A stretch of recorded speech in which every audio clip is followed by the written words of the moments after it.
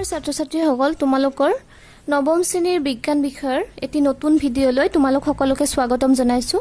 আজি আমি অধ্যায় 9 বল আৰু গতি বিষয়ক সূত্ৰসমূহ অৰ্থাৎ force and laws of motion এই অধ্যায়টো আমি আলোচনা কৰিম। ইয়াতে তোমালোকে নিউটনৰ আগবঢ়োৱা গতি বিষয়ক সূত্ৰকেইটা পাবা। নিউটনৰ প্ৰথম সূত্ৰ, দ্বিতীয় সূত্ৰ, তৃতীয় সূত্ৰ বহুত বেছি ইম্পৰ্টেণ্ট হয়। এইকেইটা সূত্ৰ তোমালোকে পাবা। মই তোমালোকক ইয়াতে টপিক ৱাইজ বুজাই যাম। তোমালোকে পাঠটো ধুনীয়াকৈ পঢ়ি ল'বা হা। তো বল আৰু গতি, বল তোমালোকে সদায় বস্তু ঠেলিবৰ কাৰণে, টানিবৰ কাৰণে এপ্লাই কৰি থাকা, হয়নে? এতিয়া বলটোক যদি আমি বৈজ্ঞানিক ভাষাত ক'ব লাগে, কিদৰে ক'বা? যে বস্তু এটাৰ অৱস্থাৰ পৰিৱৰ্তন কৰিবলৈ এটা কাৰকৰ প্ৰয়োজন হয়, আৰু এই কাৰকটোৱে হৈছে প্ৰয়োগ কৰা বল, হয়নে? যে বস্তু এটাৰ যিটো অৱস্থা থাকে, সেই বস্তুটোৰ যে আমি অৱস্থাৰ পৰিৱৰ্তন কৰিব খোজোঁ, তেতিয়া আমাৰ কি হ'ব? এটা বাহ্যিক কাৰকৰ প্ৰয়োজন হ'ব, আৰু এই কাৰকটোৱে কি হৈছে? বস্তুটোৰ ওপৰত প্ৰয়োগ কৰা সেই বল। বুজি পালা? এতিয়া গতি, গতি কি হ'ল? যে বস্তু এটাৰ স্থানৰ পৰিৱৰ্তনকে বস্তুটোৰ গতি বুলি কোৱা হয়। তো বল আৰু গতি। এতিয়া আমাক ফাৰ্ষ্ট টপিকটো আছে পাঠটোত, চোৱা, সন্তুলিত আৰু অসন্তুলিত বল। এই সন্তুলিত বল আৰু অসন্তুলিত বল সদায় তোমালোকে এপ্লাই কৰি আহিছা। অৰ্থাৎ তোমালোকে দৈনন্দিন জীৱনৰ বাস্তৱ ক্ষেত্ৰত তোমালোকে বহু সময়ত এনেকুৱা কিছুমান বস্তু দেখিছা যেতিয়া বল প্ৰয়োগ কৰাৰ ফলতো বস্তু এটাৰ কি হয়? পৰিৱৰ্তন নহয়। ইয়াতে আমাক এটা উদাহৰণ দিছে, চোৱা চিত্ৰটো চোৱা। ইয়াতে আমাক এখন বেঞ্চ দিছে, আৰু বেঞ্চত কি দিছে? এটা মাজত এটা ইটা ৰাখিছে, আৰু ইটাটোৰ দুফালে ৰছী বান্ধি দিছে। এফালে এক্স নামকৰণ কৰিছে আৰু এফালে ৱাই নামকৰণ কৰিছে। এতিয়া তোমালোকে কল্পনা কৰা যে এক্স আৰু ৱাইৰ বলটো সমান সমান হয়, এটাৰো কম বা বেছি নহয়, সমান সমান বল হয় দুজনৰে, এক্স আৰু ৱাইৰ। এতিয়া ৰছীৰে সিহঁতে টানি আছে, ইটা টুকুৰা কোন পিনে যাব? এক্সৰ পিনে যাব নে ৱাইৰ পিনে যাব? কাৰো পিনে নাযায়, হয়নে? কাৰণ ইহঁতৰ বলটো আমি সমান বুলি কৈছোঁ। যদি সমান হয় তেতিয়াহ'লে কি হ'ব? সি মাজতে থাকিব, বস্তুটো স্থিৰ হৈ থাকিব, হয়। এতিয়া তোমালোকে স্কুলত কেতিয়াবা খেলা নহয়, ৰছী টনা খেলা নহয় তোমালোকে? ৰছীৰ দুই পিনে কি থাকে? দল থাকে, ইকুৱেল থাকে, ইফালে 5জন ইফালে 5জন, বা ইফালে 6জন ইফালে 6জন। তো এনেকুৱাকৈ দুটা দল থাকে আৰু ৰছী থাকে, ৰছী লয়, এডাল ৰছী থাকে। তো কি হয়? যদি তোমালোকৰ দুটাত আমি যদি ইফালে এক্স নামকৰণ কৰোঁ, ইফালে যদি ৱাই কৰোঁ, এক্সৰ ধৰা হ'ল বল তোমালোকে সমান সমান, শকত আপত কেইটামান আছা, ইফালেও শকত আপত কেইটামান আছা, আৰু দুটা পাৰ্টিৰে কি হয়? বলটো সমান সমান হয়, ইকুৱেল হয়। তাৰপিছত তোমালোকে টানি আছা, বল প্ৰয়োগ কৰি আছা, ইটো দলে ইটো দলৰ ফালে টানি আনিব খুজিছা, ইটো দলে আৰু ইপিনে ৰছীডাল টানে। কি হৈছে? কিন্তু কোনেও পৰা নাই, ৰছীডাল মাজতে আছে, হয়। এইটোক আমি কি বুলি ক'ম? সন্তুলিত বল বুলি ক'ম, বা বেলেঞ্চ ফ'ৰ্চ বুলি কোৱা হ'ব। আৰু ইয়াৰ বিপৰীতে অসন্তুলিত বল কি হ'ব? যে এই যে উদাহৰণটোত দিছে, এটা দিছে, এই যে আমি যে কৈছিলোঁ এক্স আৰু ৱাইৰ বলটো সমান হয়, কিন্তু এই ক্ষেত্ৰত কি হ'ব? যদি এক্সৰ বলটো বেছি হয় আৰু ৱাইৰ বলটো কম হয়, বা যদি ৱাইৰ বলটো বেছি হয় বা এক্সৰ বলটো কম হয়, তেতিয়া কি হ'ব? দুটাৰে বল কম, এটাৰ কম এটাৰ বেছি। বা ৰছী টনা খেলৰ ক্ষেত্ৰতো আমি ক'ব পাৰোঁ যে যদি ইফালে শকত আপত কেইটামান আছা দলত, আৰু এইটো দলত কেইটামান ক্ষীণ আছা যাৰ বল কম, তেতিয়া কি হ'ব? শকত দলটোৱে কি কৰিব? ক্ষীণ দলৰ সদস্যক টানি আনিব পাৰিব। ঠিক তেনেদৰে এইটো ক্ষেত্ৰত কি হ'ব? এক্স আৰু ৱাইৰ ক্ষেত্ৰত কি হ'ব? এক্সৰ যদি বলটো বেছি হয়, ৱাইটো কম হয়, এক্সে ৰছীডাল টানি পেলাই ইটাটো নিজৰ ফালে লৈ আহিব পাৰিব, আৰু সেইটোক কি বুলি কোৱা হ'ব? আনবেলেঞ্চ ফ'ৰ্চ বুলি কোৱা হ'ব। বুজি পালা? এতিয়া তোমালোকে গম পাইছা ন সন্তুলিত বল আৰু অসন্তুলিত বলটো কি হয়? এতিয়া তোমালোকে পাঠ্যপুথিৰ তলত কেইটামান ছবি দেখিছা। এহাল ল'ৰা আৰু ছোৱালীয়ে কি কৰিছে? এটা ডাঙৰ বাকচ কি কৰিব খুজিছে? ঠেলিব খুজিছে, কিন্তু পাৰা নাই সিহঁতে। এই বাকচৰ কি হৈছে? কম মানৰ বলেৰে ঠেলি আছে, যাৰ কাৰণে সিহঁতে পাৰা নাই।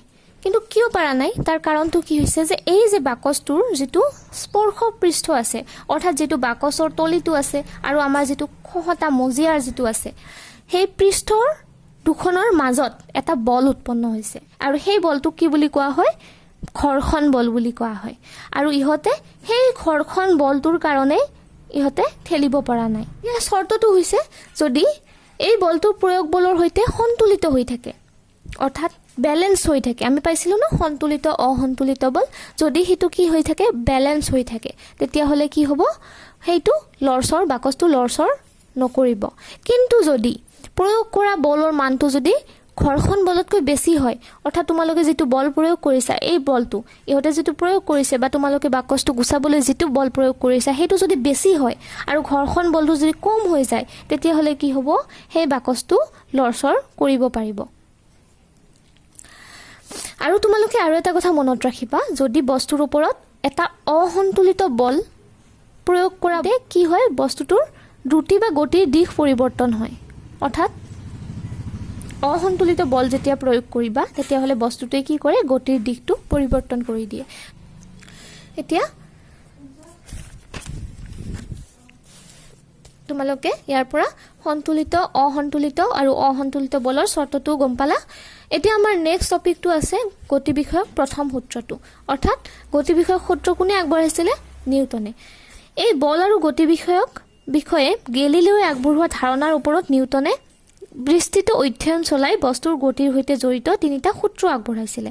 অৰ্থাৎ এই যে নিউটনে যে আগবঢ়াইছিলে সূত্ৰকেইটা, সেইটো গেলিলিওৱে আগবঢ়োৱা ধাৰণাৰ ওপৰতে নিউটনে আকৌ কি কৰিছিলে, অধ্যয়ন চলাইছিলে। তাৰ ফলতে আমাক এই 3টা সূত্ৰ দিছে। আমি সেইকাৰণে এই 3টা সূত্ৰক কি বুলি কওঁ, যে গতি বিষয়ক সূত্ৰ বুলি কওঁ নিউটনৰ। এতিয়া আমাক প্ৰথম সূত্ৰই কি কৈছে, প্ৰযুক্ত বলে অৱস্থাৰ পৰিৱৰ্তন কৰিবলৈ বাধ্য নকৰা পৰ্যন্ত বস্তু এটা স্থিতিশীল অথবা সৰল ৰেখায়েদি সুষম গতিৰে গতিশীল হৈ থাকিব। অৰ্থাৎ আমি এনেকুৱাকৈ ক'ব পাৰোঁ যে বাহ্যিক কোনো কাৰক নাথাকিলে স্থিৰ অৱস্থাত থকা বস্তু এটা সদায় কি হৈ থাকিব, স্থিৰ হৈয়ে থাকিব আৰু গতিশীল বস্তু এটা সুষম দ্ৰুতিত সৰল ৰৈখিক পথত গতি কৰি থাকিব। আমাৰ প্ৰযুক্ত বল মানে কি কৈছে, আমি যিটো প্ৰয়োগ কৰা বল। অন্য অৰ্থত কি কৈছে যে সকলো বস্তুৱে নিজৰ নিজৰ গতিৰ অৱস্থাৰ পৰিৱৰ্তনৰ বিৰোধিতা কৰে, হয়নে?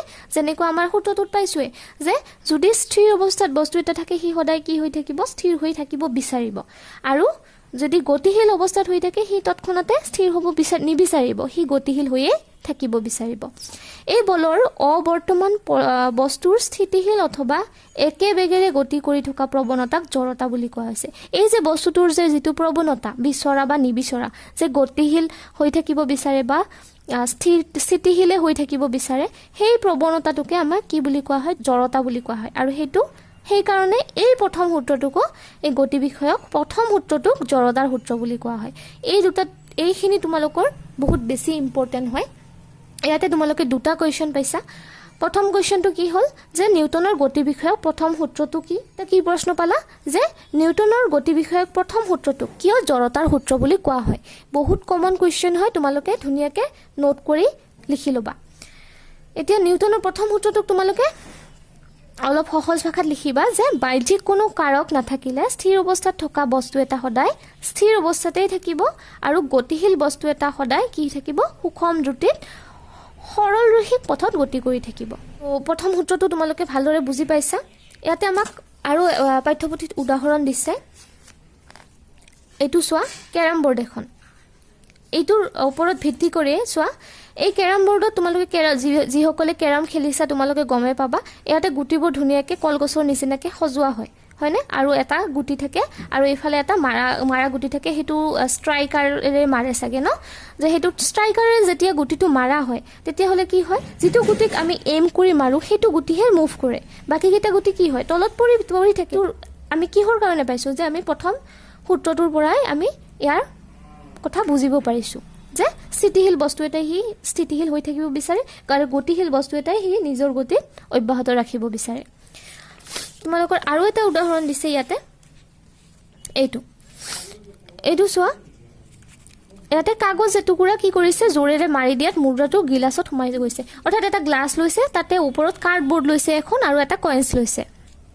এতিয়া নেক্সট কি কৰিছে, এই হাতেৰে জোৰেৰে মাৰি দিছে কাৰ্ডবৰ্ডখনত, তেতিয়াহ'লে কি হৈছে, কাৰ্ডবৰ্ডখনটো গুচি গৈছে কিন্তু কইনছটো ক'ত পৰিছে, গ্লাছত সোমাই পৰিছে। বুজি পাইছা? তো এইটো কিহৰ কাৰণে ক'ব হৈছে, আমাৰ নিউটনৰ গতি বিষয়ক প্ৰথম সূত্ৰটোৰ কাৰণে এনেকুৱা আমি ধৰিব পাৰিছোঁ কিয় হৈছে। এতিয়া আমাৰ হৈছে জড়তা আৰু ভৰ। জড়তা আৰু ভৰ। জড়তা তোমালোকে প্ৰথম সূত্ৰটোত পালা। জড়তা কি হৈছে যে বস্তু এটাই কি কৰে, হয় স্থিতিশীল হৈ থাকিব বিচাৰে, স্থিতিশীল বস্তু এটাই স্থিতিশীল হৈ থাকিব বিচাৰে, আৰু গতিশীল বস্তু এটাই গতিৰ অৱস্থাতে অব্যাহত থাকিব বিচাৰে, আৰু এই ধৰ্মটোক কি বুলি কোৱা হয়, জড়তা বুলি কোৱা হয়। এতিয়া জড়তা আৰু ভৰৰ মাজত এটা সম্পৰ্ক আছে, অৰ্থাৎ বেছি ভৰযুক্ত বা গধুৰ বস্তুৰ জড়তা কি হয়, বেছি হয়। আমি যদি এটা উদাহৰণৰ সৈতে চাওঁ, যদি তোমালোকে এপাত কাঁচৰ স্কেল লোৱা আৰু এপাত কাঠৰ স্কেল লোৱা, তো জড়তাটো কাৰ বেছি হ'ব, কাঠৰ স্কেল পাতৰ জড়তা বেছি হ'ব, কাৰণ কাঠৰ স্কেল পাতৰ কি হয়, ভৰটো বেছি হয়, আৰু আমি জানো ভৰ বেছি হ'লে জড়তাও বেছি হয়। এতিয়া আমি প্ৰশ্নাৱলী 1ৰ প্ৰশ্নসমূহ আলোচনা কৰোঁ। প্ৰথম প্ৰশ্নটো চোৱা, কি দিছে, তলত দিয়া কোনটো বস্তুৰ জড়তা বেছি। আমাক কেইটামান চৰ্ত দিছে। প্ৰথমটো দিছে এটা ৰবৰৰ বল আৰু এটা একে আকাৰৰ শিলৰ বল। খ নম্বৰটো দিছে এখন চাইকেল আৰু এখন ৰেলগাড়ী। গ নম্বৰটো দিছে এটা 5 টকীয়া মুদ্ৰা আৰু এটা 1 টকীয়া মুদ্ৰা। ইয়াৰে উত্তৰটো চোৱা, আমি জানো কি ভৰেই হৈছে জড়তাৰ মাপ, অৰ্থাৎ আমি ক নম্বৰটোৰ আমাক কি দিছে, ৰবৰৰ বল আৰু কি দিছে, একে আকাৰৰ শিলৰ বল। এতিয়া এটা ৰবৰৰ বলতকৈ একে আকাৰৰ শিলৰ বলৰ জড়তাটো বেছি হ'ব, কাৰণ কি হয়, শিলৰ বলটোৰ ভৰ বেছি হ'ব। এবাৰ খ নম্বৰটো চোৱা, খ নম্বৰটোত কি দিছে, এখন চাইকেল আৰু ৰেলগাড়ী। এতিয়া চাইকেল আৰু ৰেলগাড়ীক তুলনা কৰিলে কি হ'ব, ৰেলগাড়ীৰ ভৰ বেছি হ'ব, সেইকাৰণে কি হ'ব, জড়তা কাৰ বেছি, ৰেলগাড়ীৰ বেছি। তেনেদৰে গ নম্বৰটো কি হ'ব, এটা 5 টকীয়া মুদ্ৰা আৰু এটা 1 টকীয়া মুদ্ৰা। এতিয়া 5 টকীয়া মুদ্ৰা সকলোৱে জানা, 5 টকীয়া মুদ্ৰাটো কি হয়, সৰু হয় আৰু অলপ আকৃতিত মোটা হয়, আৰু 1 টকীয়া মুদ্ৰাটো আয়তনত অলপ ডাঙৰ হয়। কিন্তু 5 টকীয়া মুদ্ৰাটোৰ কি হয়, ভৰ অলপ বেছি, সেইকাৰণে জড়তা কাৰ বেছি হ'ব, 5 টকীয়া মুদ্ৰাটোৰে জড়তা বেছি হ'ব। 2 নম্বৰ প্ৰশ্নটো চোৱা, তলত দিয়া উদাহৰণটোত বলটোৰ বেগৰ পৰিৱৰ্তন কিমান বাৰ হৈছে ঠাৱৰ কৰিবলৈ চেষ্টা কৰা। অৰ্থাৎ আমাক এটা এনেকুৱা উদাহৰণ দিছে য'ত বলটোৰ বেগৰ পৰিৱৰ্তন কিমান বাৰ হৈছে আমাক বিশ্লেষণ কৰিব দিছে। এতিয়া আমাক উদাহৰণটো কি দিছে, যে এজন ফুটবল খেলুৱৈয়ে ফুটবলটো তেওঁৰ দলৰ এজন খেলুৱৈলৈ আগবঢ়াই দিছে, যিজনে বলটো গললৈ মাৰিছে। এতিয়া বিপৰীত দলৰ গল ৰক্ষকজনে বলটো ধৰি তেওঁৰ নিজৰ দলৰ অন্য এজন খেলুৱৈলৈ আগবঢ়াই দিছে। এতিয়া প্ৰত্যেক ক্ষেত্ৰতে বলৰ যোগান ধৰা অভিকৰ্তাজনৰ চিনাক্ত কৰা। এতিয়া আমাক এই উদাহৰণটোত চিনাক্ত কৰিব দিছে যে বেগৰ কিমান বাৰ পৰিৱৰ্তন হৈছে। প্ৰশ্নটো চাই তোমালোকে ভয় নকৰিবা, কেৱল পঢ়ি পেলাই চালেই হ'ল। এতিয়া চোৱা, প্ৰথমবাৰ কি হৈছে, ফাৰ্ষ্ট স্থিতিশীল অৱস্থাত থকা ফুটবলটো প্ৰথমে এজন খেলুৱৈয়ে অন্য এজন খেলুৱৈলৈ আগবঢ়াই দিছে, আৰু এইবাৰ কি হৈছে, প্ৰথমবাৰৰ বাবে বেগৰ পৰিৱৰ্তন হৈছে, হয়। নেক্সট কি হৈছে, দ্বিতীয় খেলুৱৈয়ে বলটো গললৈ মাৰিছে, এইবাৰত কি হৈছে, দ্বিতীয়বাৰৰ কাৰণে বলটোৰ বেগৰ পৰিৱৰ্তন হৈছে। তাৰপিছত মই কি লিখিছোঁ, যে তৃতীয়বাৰৰ কাৰণে কি হৈছে, বিপৰীত দলৰ গলৰক্ষকজনে বলটো ধৰিছে, তাৰপিছত ইয়াৰ কি হৈছে, বেগৰ পৰিৱৰ্তন হৈছে বলটোৰ। তাৰপিছত 4 নম্বৰটোত কি হৈছে, গলৰক্ষকজনে বলটো তেওঁৰ নিজৰ দলৰ অন্য এজন খেলুৱৈলৈ আগবঢ়াই দিছে, ইয়াত কি হৈছে, চতুৰ্থবাৰৰ কাৰণে বলটোৰ বেগৰ পৰিৱৰ্তন হৈছে।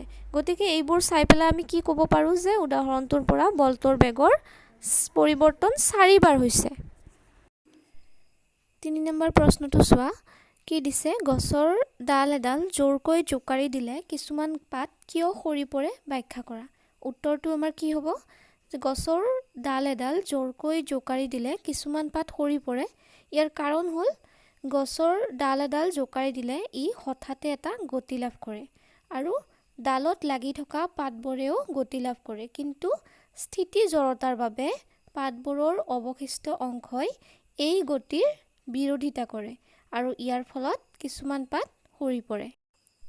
4 নম্বৰ প্ৰশ্নটো চোৱা, চলন্ত বাছ এখন হঠাতে ৰৈ গ'লে আমি আগলৈ যাওঁ, আৰু ৰৈ থকা বাছ এখন হঠাৎ ত্বৰিত হ'লে আমি পিছলৈ যাওঁ কিয়। এতিয়া উত্তৰটো কি লিখিছোঁ চোৱা, চলন্ত বাছ এখন হঠাৎ ৰৈ গ'লে আমি আগলৈ যাওঁ, কাৰণ আমি বাছত ভ্ৰমণ কৰিলে চালকে ব্ৰেক প্ৰয়োগ কৰি নৰখোৱা পৰ্যন্ত আমি গাড়ীৰ আসনৰ সাপেক্ষে স্থিতিশীল হৈ থাকোঁ, আৰু ব্ৰেক প্ৰয়োগ কৰিলে গাড়ীখনৰ গতি কমি আহে, কিন্তু গতি জড়তাৰ বাবে আমাৰ শৰীৰে পূৰ্বৰ গতিশীল অৱস্থাতে থাকিব বিচাৰে আৰু সেইকাৰণে আমি কি হৈ যাওঁ, আগলৈ হালি যাওঁ। আকৌ নেক্সট পাৰ্টৰ এনচাৰখিনি চোৱা। আকৌ আমি ৰৈ থকা বাছ এখনত বহি বা থিয় হৈ থাকিলে বাছখন হঠাতে ত্বৰিত হ'লে আমি পিছলৈ যাওঁ। কাৰণ কিয়?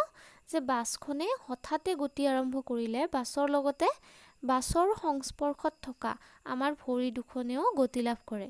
কিন্তু কিহৰ কাৰণে? স্থিতি জড়তাৰ বাবে শৰীৰৰ অৱশিষ্ট অংশই এই গতিৰ বিৰোধিতা কৰে।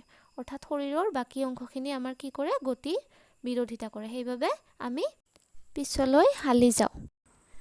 এতিয়া মই তোমালোকৰ কেইটামান অতিৰিক্ত প্ৰশ্ন উত্তৰ পাঠৰ পৰা লিখি দিছোঁ। তোমালোকে গোটেইকেইটা ভিডিঅ'টো পজ কৰি পেলাই লিখি ল'বা আৰু মুখস্থ কৰিবা।